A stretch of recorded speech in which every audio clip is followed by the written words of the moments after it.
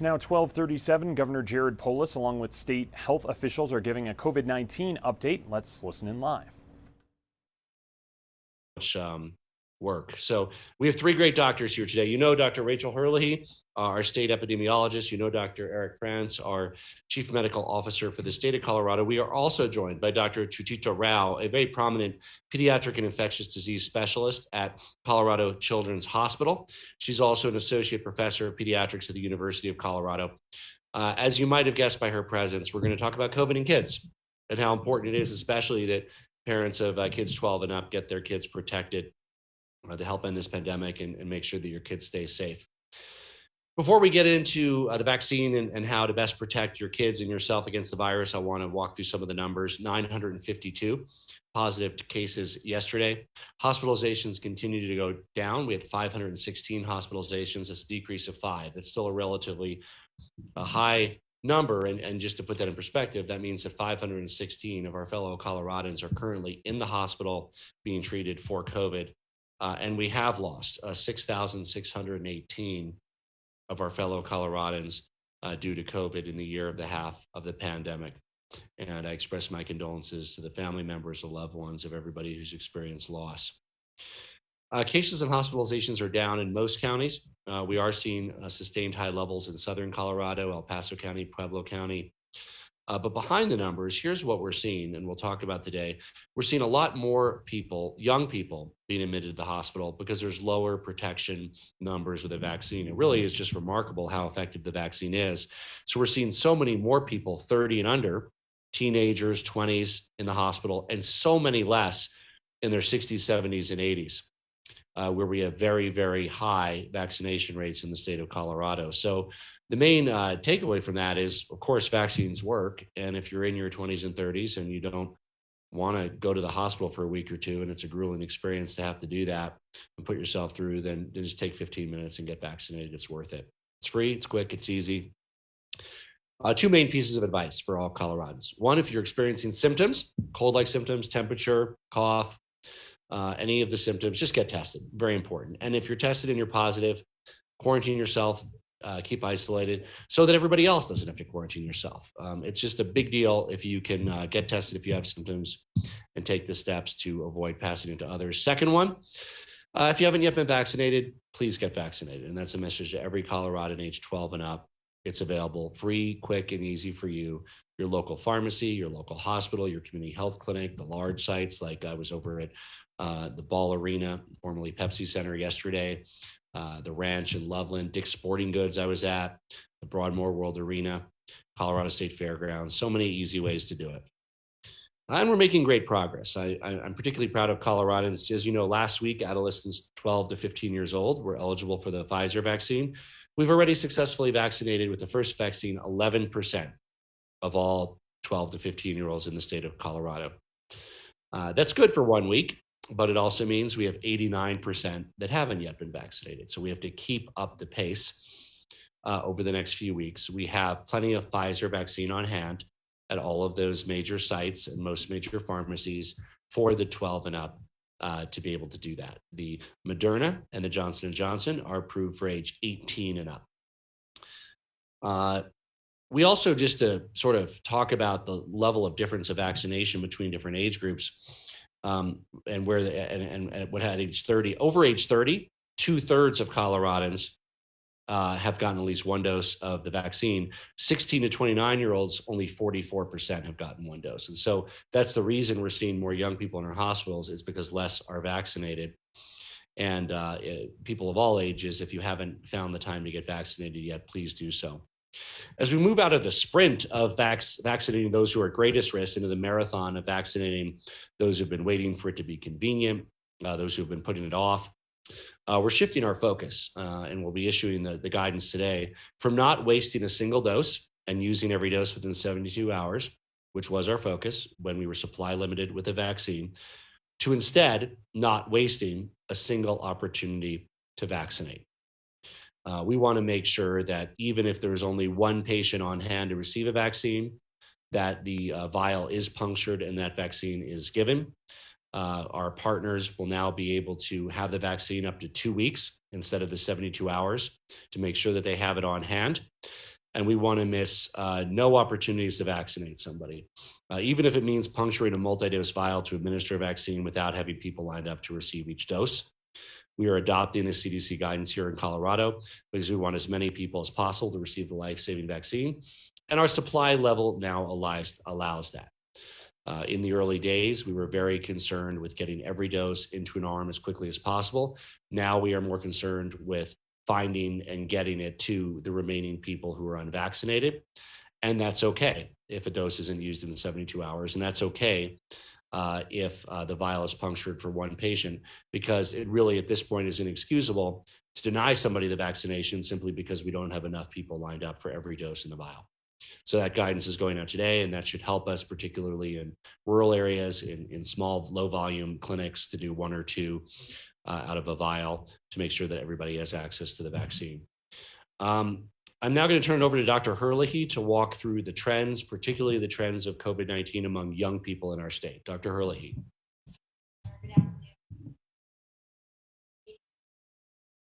Focus on what we're currently seeing among children and adolescents in the state, as the governor mentioned.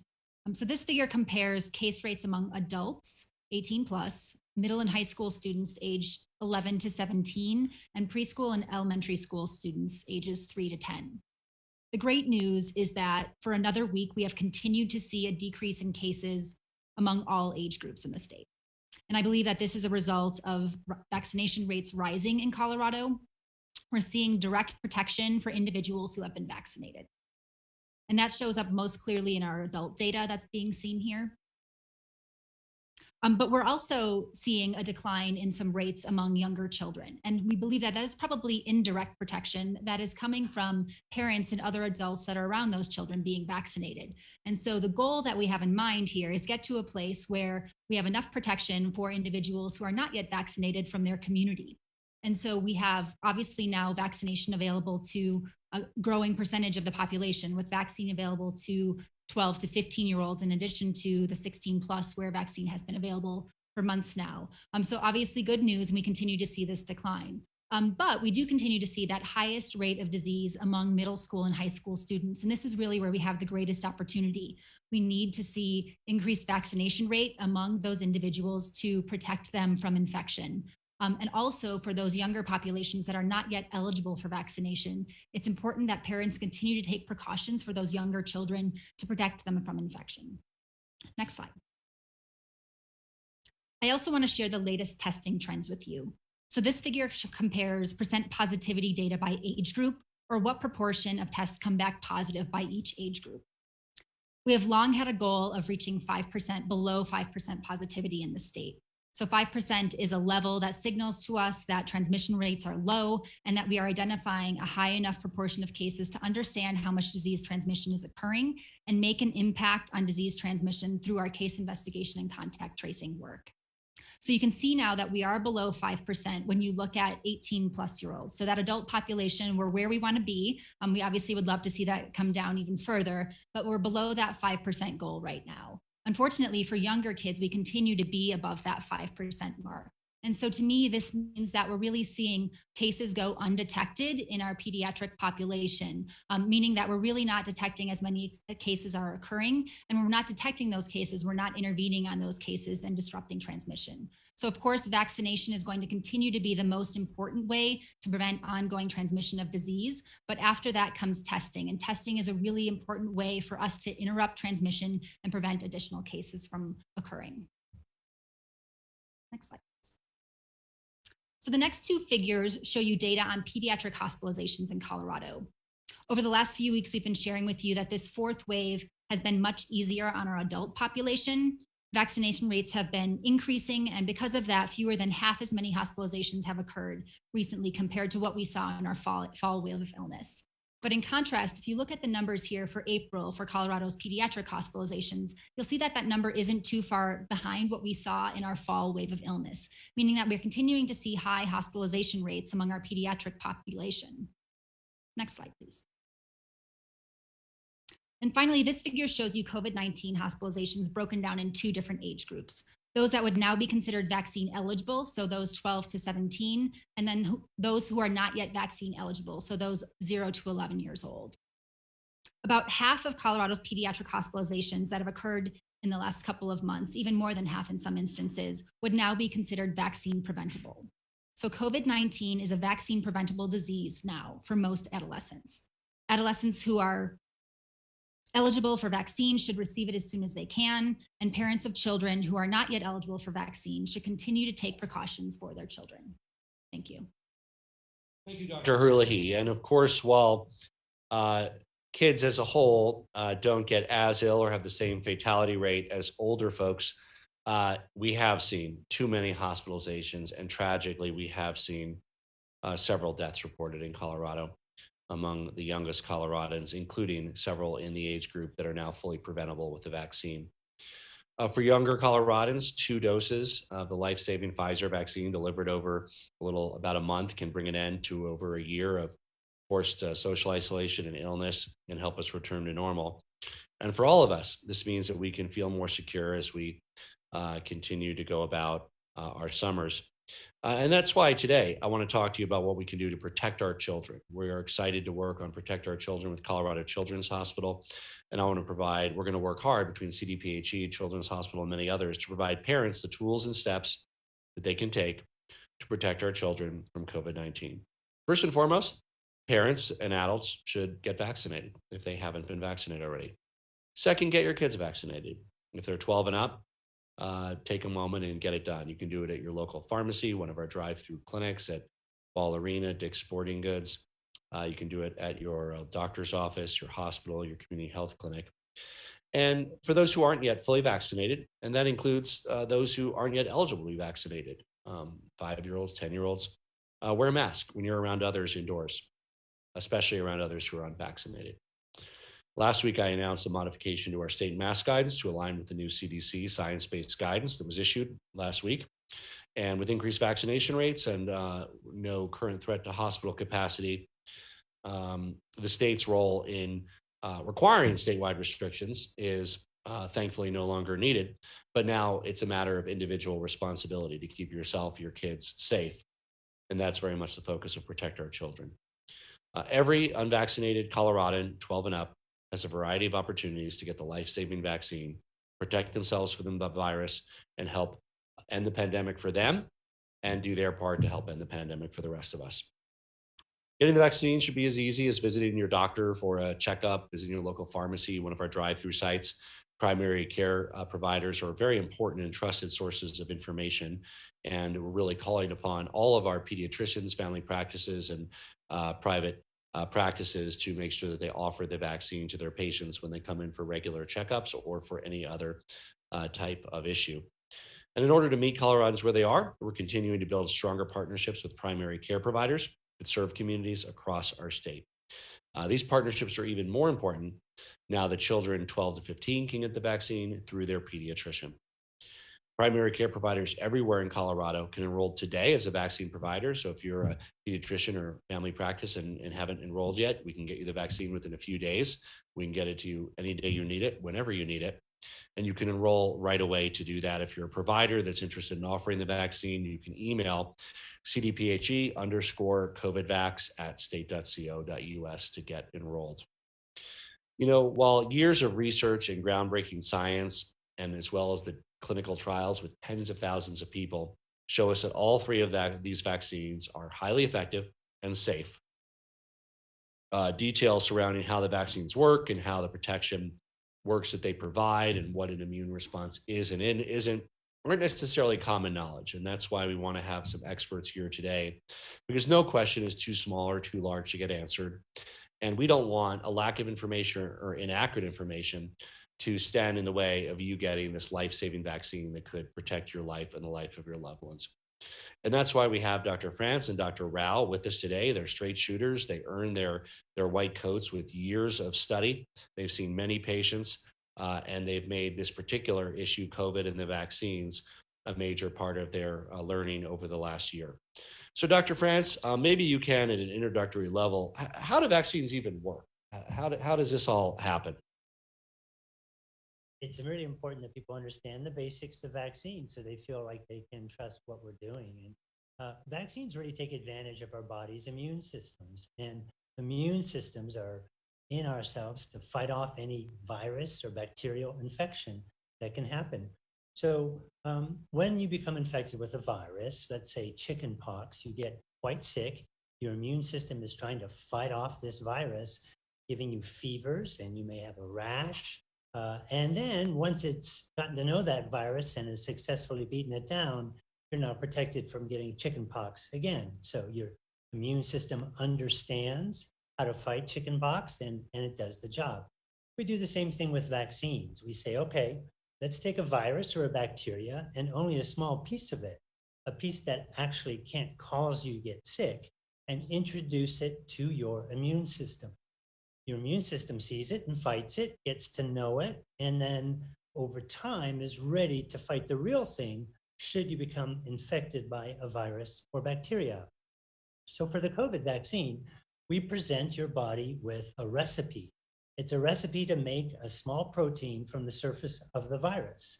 And the first time with your first shot, this recipe is presented.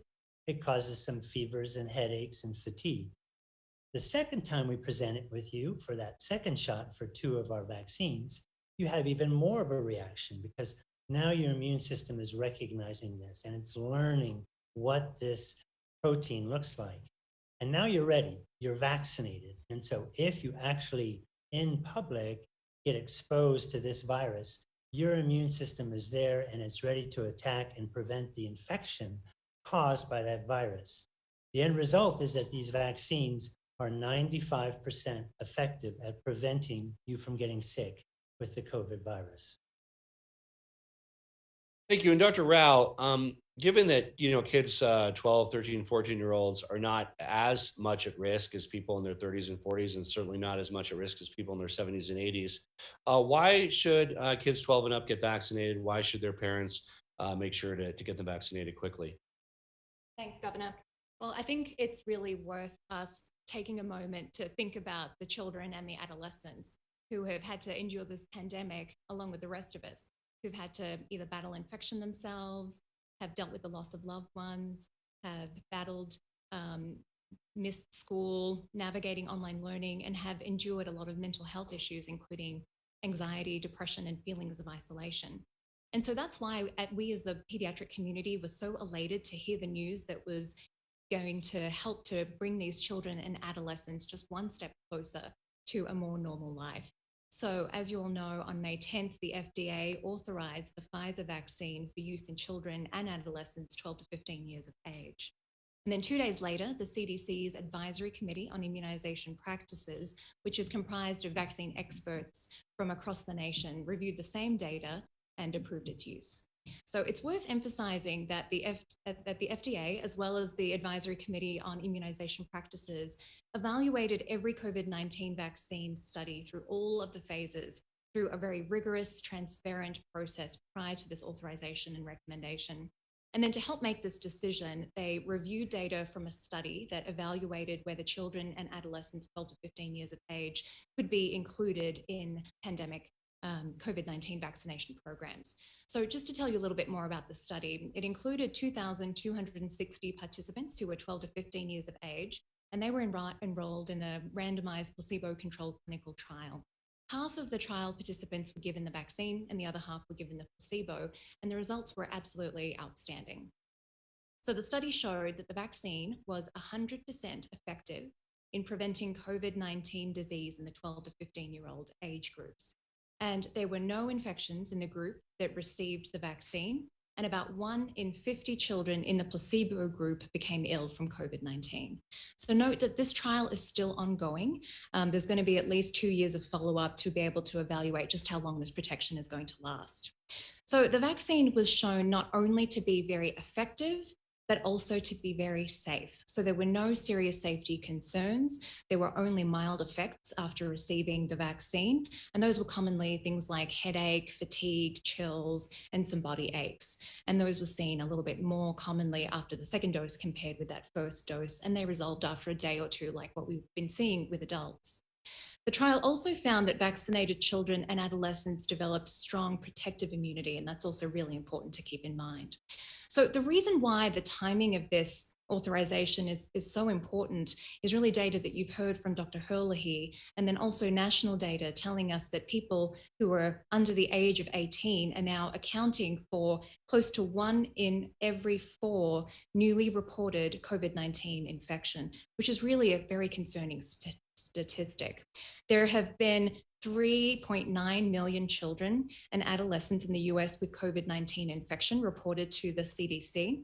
And then even though this is a lower volume of infection than what we are seeing compared with, say, older adults, I mean, it's important for us to remember that they can still get sick from infection with this coronavirus. They can still go on to infect others, including those who have weakened immune systems, people of older age groups, and those who may not be able to receive the vaccine yet, such as younger siblings. And it's also important to remember that some children and adolescents can get very sick. And of those who end up being hospitalized, we have seen a large contribution from adolescents. There have been several hundred deaths reported nationally from COVID-19 infection in children. And then we still continue to see the rare complication of COVID-19 in kids, which is multisystem inflammatory syndrome, or MIS-C, which is a shock-like infection associated with COVID-19, in which different parts of the body can become inflamed. And more information is emerging about some of these reports of more long-term effects from infection in children. These are also known as long COVID or PASC. I want to mention that one of the unfortunate effects of the pandemic has been the decline in routine childhood vaccinations. And we've been seeing this in Colorado. So our rates are slowly starting to pick back up, but we still have some ways to go. So given how important routine vaccination is, as well as the need for rapid uptake of COVID-19 vaccines, the American Academy of Pediatrics just put out a statement approving that these routine immunizations can be given at the same time or around the same time as the COVID-19 vaccines. And so I do urge families to get their children caught up or to get the vaccines that are due. Now, at Children's Hospital Colorado, we encourage parents to get their children 12 years of age and older the vaccine as soon as possible. Now, it's understandable that families are going to be asking a lot of questions around the vaccine and considering what to do for their families. So I just want to emphasize that while these vaccines are new, this type of vaccine technology has been around for decades. And unfortunately, misinformation and myths can spread more easily than the facts. So I'd recommend that families turn to their trusted sources of information as pediatricians, as well as other primary care providers who know a lot about how vaccines work and about vaccine safety. And I just want to finish by restating that this is really exciting news that we can now provide to our tweens and our teens a safe and a highly effective vaccine that can do a lot of good, not just for the individual receiving the vaccine, but it's something that can help make life safer for you as a family and for your community at large. Thanks a lot. And so you're saying now they can get that along with if they have a regularly scheduled tetanus or measles or some other shot, they can get the COVID one at the same time. That's they don't correct. have to come in twice. They That's can great. get it at the same time. Dr. France, so I've been vaccinated. All of us have been vaccinated up here. That's what, you know, why we're not wearing masks and we're very safe. Can I, or you, or others who have been vaccinated still transmit the virus to those who are unvaccinated, including kids? Yeah, I could see people would be worried or concerned. I'm vaccinated. I have children in my house. Are they at risk if I actually have an outbreak case and I become ill? Good news is that the virus in my body, the amount of virus is lower if I've been vaccinated. And if my virus is at low levels, I can't spread it nearly as much as somebody who has not been vaccinated. And when they're sick, has very high levels of the virus in their body. The other thing about vaccination is that it reduces the length of time that I can actually be spreading the virus. So not only are the levels lower, but the period by which I am infectious or likely to spread it to others is shortened. So the important point here, of course, is that all parents should be vaccinated. That will help protect your child. And if you think about the younger children who can't be vaccinated, anybody who's around them should be vaccinated as a way of protecting them. That's a well-known strategy in vaccination that we call cocooning. When a child is too young to receive the vaccine, we vaccinate everybody around them so that they are protected from the disease. So please get vaccinated. There's a very small chance that you could spread it to a child or a family member, but it's still much more important that you protect the whole family and community through vaccination. Another question we get asked a lot is there a cost associated with the vaccine? And the answer is no, it's free for everybody. In fact, you might even get a free shirt or a gift certificate, or I think Abe Basin offered bacon margaritas. Personally, I would get a shot to avoid having a bacon margarita, but apparently some people like them. So yeah, no, it's totally free. Doesn't matter if you're insured, if you're a resident, if you're young or old. No cost, and you might get some swag wherever you go. I think there's a place I visited yesterday. T-shirts they were giving away. Another one was giving away 5,000 miles on Southwest Airlines. So it costs you nothing. Is the most it'll cost. You might actually make a little profit out of it. Dr. Rao, what have you seen about long-term effects of COVID? Because I get so frustrated when people say, I'm worried about long-term effects of the vaccine. And obviously, what you should be worried about is long-term effects of the virus, because the vaccine, you're done in a day or two with any effects. But what are you seeing about long-term effects from the virus, especially among kids? Yeah, it's such an important question. So we have been seeing more information about what's known as long COVID or long haulers or post-acute sequelae of COVID in adults. We're starting to see that up to 30% of people can have some ongoing, lingering effects of COVID. A little bit less is known in children, but some of that data is starting to emerge. And so depending on the studies that are coming out now, anywhere from 10 to 30% of kids can also have some of these long-term sequelae. So I think that's a really important point, that it's not just about getting an infection and getting over it quickly. Some people can get long-term effects. People worry about the long-term effects of the vaccine, as you mentioned, but it's much more likely for you to get long-term complications from the actual infection itself than from the vaccine itself. And Dr. France, if someone has chronic health conditions, should they get the vaccine? Absolutely, they should get the vaccine. As a matter of fact, it's those with chronic medical conditions that we're most looking to get vaccinated. If you have a chronic medical condition, if your child has a chronic medical condition, there is a risk of severe complications from COVID infection. So you are a priority for us and for both you and your family. Please be sure you're getting vaccinated. Dr. Rao, another question I get is, what's the difference between EUA and FDA approved, and what does that mean? And should I care? And should that affect my decision about whether to get vaccinated? Yeah, so it's important for folks to know that the EUA is actually a type of approval that goes through the FDA. So EUA stands for Emergency Use Authorization, and it's a specific type of approval that the FDA uses to help facilitate the availability of medicines, of vaccines, of diagnostic tests during public health emergencies like the COVID-19 pandemic. So under an EUA, the FDA is still going to take into account the totality of the scientific evidence about a vaccine. And so it's going to make sure that they still have the same number of participants that are going to be involved in some of these clinical trials. They still have a very rigorous process to make sure that these products are going to be safe. And they also require a plan for active follow-up too. So once these have been approved, they're going to still continue to look at the safety, to look at various outcomes, and then other adverse events as well among individuals who receive the vaccine, to really just help with informing that ongoing risk-benefit determination to support the continuation of that EUA. And Dr. Rao, is it safe for pregnant women to get vaccinated? I mean, is it safer to get vaccinated, or is it safer to risk getting COVID if you're currently pregnant? Yeah, so we know that pregnancy is actually a risk factor for having severe COVID-19 infections. So some reports are stating that there's an increased risk of ICU admission, of needing to be on a ventilator, needing to have additional heart-lung support with what's known as ECMO, as well as death. There have also been reports in pregnant women showing an increased risk of things like preeclampsia, eclampsia, as well as preterm birth. And so what we know is that protection of pregnant women is not just going to help them, but it's also going to help their baby. And so there are now starting to be some studies and some emerging evidence about the safety of these vaccines in pregnancy.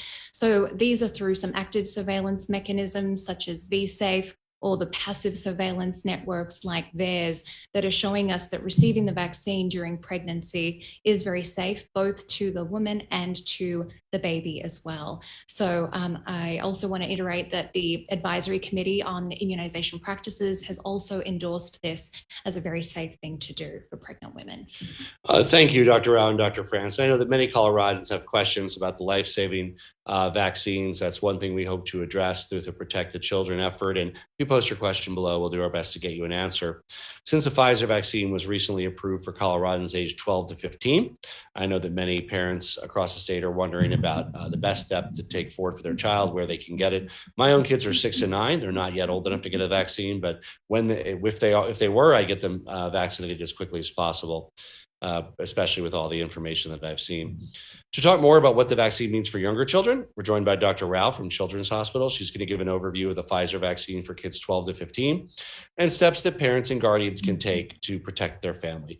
I want to thank Children's Hospital, one of the first major providers to jump at the opportunity to protect children. They began signing up 12 and up before it was even approved, getting ready for the Pfizer vaccine's authorization. And because of that effort, and the extreme efforts of all of our major providers, community health partners, and equity teams and volunteers, over 57% of Coloradans have gotten their first dose, 11% of kids 12 to 15 just in the first week. I'll now turn it over to Dr. Rao.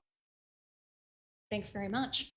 So again, I think that the most important pieces of information that we've heard is that we are now seeing more adolescents and children with infection, and that one of the most important things that you can do now is to provide vaccinations for these age groups. So again, we can now offer vaccines to those who are 12 and above.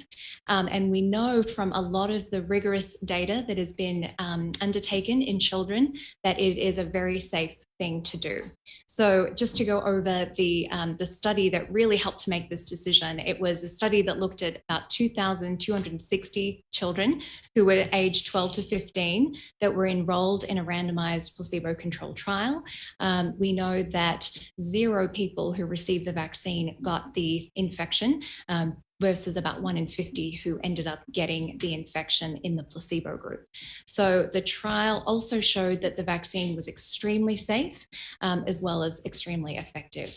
So again, I think I just want to iterate that really now is the right time to get our children vaccinated, and that we know that this is a very safe, effective vaccine with really extraordinary technology. Thank you. So you have a 14-year-old, you have a 12-year-old, you're ready to run out and get it. You've seen all this evidence. Okay, how do I do it? Well, with Children's Hospitals with us today, they're making it available in Aurora and Colorado Springs. We'll put the website up there on how to sign up. You can also get a comprehensive list of who has the Pfizer vaccine available on this next slide. You can call our 800 number, or you can visit any of these clinics. Our major community sites, which is Ball Arena, Pepsi Center during business hours, Dick's Sporting Goods, the Ranch in Loveland, the Broadmoor World Arena in Colorado Springs, State Fairgrounds in Pueblo. The hours are listed. They have Pfizer 12 and up ready to go and get it done. We also have a mobile units across the state. You can check where they're at mobilevax.us/clinics. And you can also call 877-COVAX-CO to find one near you, or visit cocovidvaccine.org to find sites near you. It could be your local pharmacy, CVS, Safeway, your local hospital, community health clinic, children's, the large-scale sites. We want to make it easy for you now that you're excited to run out and get it for your 12-year-old based on the scientific evidence that you've heard today. We're in a very different place than we were a few months ago. And we now have plenty of vaccine in the state, and we are prioritizing making it available to everybody rather than using every dose of the vaccine that we have, because we have enough And we want to make sure that there's no excuse not to give you the vaccine just because other people might not be lined up there or because it might take more than 3 days for that provider to use every dose. And look, the fight against this virus is essentially over for the 2.3 million Coloradans, including myself and many friends and family who've gotten both doses of the vaccine and have now had it 2 weeks after that. But until there's a vaccine approved for all ages, victory can't be declared. And the pandemic is still all too real for the many Coloradans who are not yet fully protected by the life-saving vaccine. We're making progress, building our comprehensive network of providers to make it easy for you to get the vaccine however you choose. We're putting doses on wheels. We're partnering with community health clinics. With yesterday, I even went to a clinic that the center put on with One Colorado where they had drag queens. So they had a drag queen clinic. And I also went to a Southwest Airlines clinic where you got free frequent flyer miles. So everything under the sun. I mentioned the bacon margaritas too. With masks no longer required for fully vaccinated people, it's more important than ever to really take this on yourself as a matter of personal responsibility to get vaccinated. If you've been vaccinated once, complete that vaccination with the second one. Don't worry if you've gotten one and you say, oh my God, I missed the date for the second. You still get it. You get it a week or two later. It will still work, right? Don't panic. You need to get it soon. Don't put it off months. But if you, I missed the date, it was last week, should I still get the second dose? Yes, the second dose will work every bit as well. In fact, the window, I believe, is 42 days where they show that it should be fully effective in giving you the immune response you need to consider yourself fully protected from the virus. Stay safe, Colorado. Get vaccinated. Let's end this thing. Happy to take some questions. The state is looking into requiring vaccinations for students 12 and up for the next school semester. And if that is the case, would it be kind of similar to the other required vaccination where parents could opt out with the waiver? Well, certainly the institutions that have required it, and we have a very local control state. So we have universities, for instance, some of them are required it. All the universities that have required it have opt-outs in place for people who don't want it. I haven't heard that any school districts are looking at that, but if they did, they would also have that opt-out in place for parents who didn't want it. What's important is that people get protected, and I think that most kids, as they're visiting their pediatricians and getting their shots, this is probably the most important shot to get. Is there a risk of tetanus and measles? There is, but the risk of COVID-19 is much greater at this point, given the prevalence of the pandemic in society. So I would get my kid vaccinated for COVID first. I think it's the most important thing they can be protected against right now. Hi, Governor. Seth from the Gazette. Two questions. One, can you talk a bit about why the change to the dose storage protocols? Are we seeing more doses being stored for longer periods of time? What kind of drove that change? And two, this is probably for everybody. How concerned are you about the future of Colorado, future of the pandemic and COVID's presence here if we have sort of disparate vaccination rates in different parts of the state? What will that mean for us going forward? Thank you. To address that second one, can. So in the early days, we had much more demand for the vaccine than we had supply. So we made sure that every provider we worked with used every dose we gave them within 72 hours. And we strongly discouraged the wasting of any doses. We wanted to make sure that people were lined up if they punctured a vial and they had all 11 people lined up for Moderna, as an example, ready to go, because we didn't want doses wasted. Now we have plenty of Pfizer, Moderna, and Johnson & Johnson. And the priority is now making sure that everybody who wants it can get it, and we don't use any supply constraint as an excuse. Meaning if there's one person that shows up to a small clinic, they should puncture the vial to administer the dose to that one person. And of course, if they can find others in the 5-hour period, depending on which vaccine it is and how it's stored, that they might have to do that, they should. But they in no way, shape, or form should feel guilty about not being able to find a home for those doses, because they were able to find a home for that one dose and that one person who otherwise would not have been vaccinated. So two, we have enough supply that we no longer have to keep the requirement of 72 hours every dose is used. That's one of the requirements that led Colorado to be one of the leading states in the early days in the top 10, 15 states and getting the dose into arms.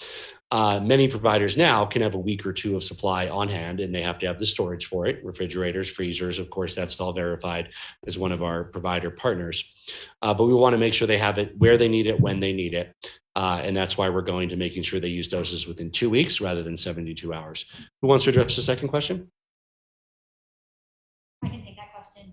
So the first thing I would say in talking about, disparate rates of vaccination across the state and what that might look like in the fall would probably be to turn to some of the data that we are collecting right now and have been sharing with you, which shows that we see a clear correlation between increased vaccination rates by county and infection rates by county. So as we see vaccination rates go up, we've seen case rates go down in those counties. And this is actually very similar to what we see with other infectious diseases, where we have communities where we have higher vaccination rates tend to be the communities where we have lower infection rates. We don't expect that there's a sort of magic threshold that we're going to reach that is going to absolutely stop COVID in our state. There always are going to be these differences in the level of vaccination that exists from community to community. But the reality is that the communities that have the higher vaccination rates are going to be the communities that have the most protection, especially going into the fall respiratory virus season. Hi, Jason Grenauer here from Denver 7. A quick clarification for Dr. Herlihy and then one for Governor Polis. Going back to your last slide, where there was a 50.6%, you were talking about hospitalizations. Is that the younger people have now made up that percentage? Can you just clarify that last slide for me, please? Sure. So that slide was showing you a breakdown of cases that we would now consider that going forward would be considered vaccine preventable, hospitalizations that would be vaccine preventable. So that bluish color there is showing you hospitalization counts among 12 to 17-year-olds. The gray is showing you hospitalization counts among 0 to 11-year-olds. So those blue hospitalizations going forward, because vaccine is now available to individuals in those age groups, would be considered preventable through vaccination. Thank you. And one for the governor, you kind of touched on it a little bit, talking about the different clinics that you went to, but given the plateau overall in vaccinations, have there been discussions about any kind of statewide incentives? Ohio did a lottery, New York is giving away lottery tickets, anything to come in Colorado? There are many different incentives being offered, and we've the state of Colorado is giving. We're doing free Colorado Park passes. We've done through stable radio stations. So, different folks want different types of incentives, and we are very excited to continue to work on that. But the biggest incentive for anybody should be to avoid hospitalization and death, and that should be enough for anybody to take the 15 minutes you need to get vaccinated and protect yourself. Staff in the state who have been using Binax Now testing. Dr. Herlihy talked about how they get tested. Should people continue to use those tests, or should they find their local community site to get tested now that there's this little discrepancy going on with them saying that the state can pay them for the test? If they're vaccinated, or what do you mean? If they're vaccinated or just looking to get COVID tested in general. Yeah, so so they're testing for different things, but certainly the easy Binax tests are widely available. We've sent them out to many partners. You can get them from your county health. They are a very effective first line test, but if you're experiencing symptoms, you should go and get the full PCR test with even higher accuracy rate, and that's also widely available. The Binax, I'll let the doctors talk, but effectively the Binax test, the false positives would be very, very low, but there are going to be some more false negatives in there because it might pick up an infection a day or two after a PCR test would pick it up. Dr. Herlihy? Yeah, I mean, I would say that there are definitely some better use cases for those Binax at home type tests. A great use case for them is going to be serial testing that is being done on individuals. So testing every 5 days or so to ensure that individuals who may have ongoing risk of exposure are not going to work or another place infected. So that continues to be a good use of those tests. And we've been sharing information with our partners on how to best continue to use some of those Binax at home tests. Did that answer your question? A little bit. I guess I was more so asking, like, does the state continue to trust Binax? Sure. Yeah. No. I mean, it has a lot of uses. It's quick. It's easy. You get the result in 15 minutes. It is less sensitive than PCR, and it might be a day or two later before an infection is picked up. PCR might pick it up quicker. we are not seeing in PCR or Binax false positives. It's very, very likely if you get a positive on Binax that you are infected with COVID. Very small percentage false positives on both of those, but it is a little bit less sensitive, but it is very useful as part of the testing arsenal.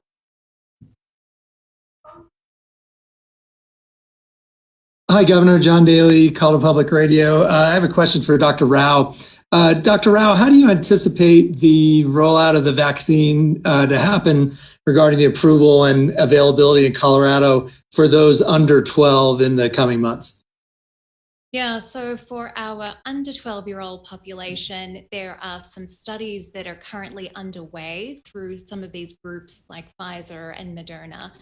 So they're currently enrolling children who are 5 to 12 years of age in various studies around the country. Colorado is participating in some of those trials, and they're doing similar studies. They're looking at the safety and how well the vaccine works in that age group.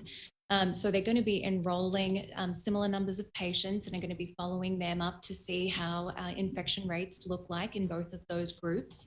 And so I know best case scenario, we could say that there could be approval by the FDA sometime in the fall. So it's hard to know exactly when that's going to occur, but I think optimistically sometime early fall.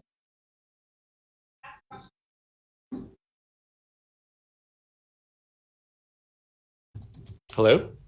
Governor Charles Ashby from the Grand Junction Daily Sentinel.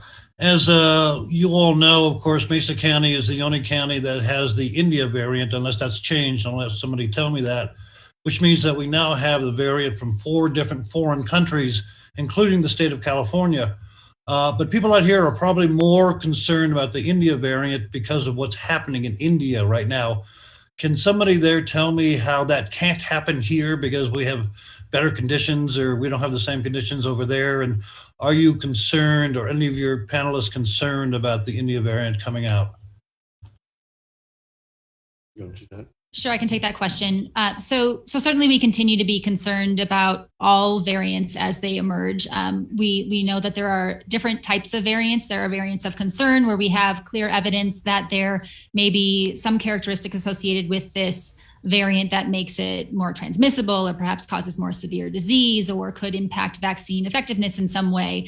We're really still trying to learn more about the variants that have emerged in India and have been now spread in many states across the country and across the globe. So still more for us to learn there. We're really trying to understand if these variants that have emerged from India have concerning characteristics that will result in increased transmissibility or some of these other factors. So I'd say more to learn still, certainly concerned, tracking that data closely. We have increased the amount of testing that's occurring in Mesa County to make sure we have a good sense of what level of transmission is occurring there and what proportion of infections occurring there might be due to variants of concern or this India variant in particular. And just to share some good news, the vaccines thus far are highly effective against every known variant of COVID-19. And that's important, and we hope that that continues, but it's certainly the case right now. Thank you all for joining us, Dr. Rao, Children's Hospital, Dr. France, Dr. Herlihy. I want to thank you all for joining us, and I want to thank the people of Colorado for listening. So much for follow-up.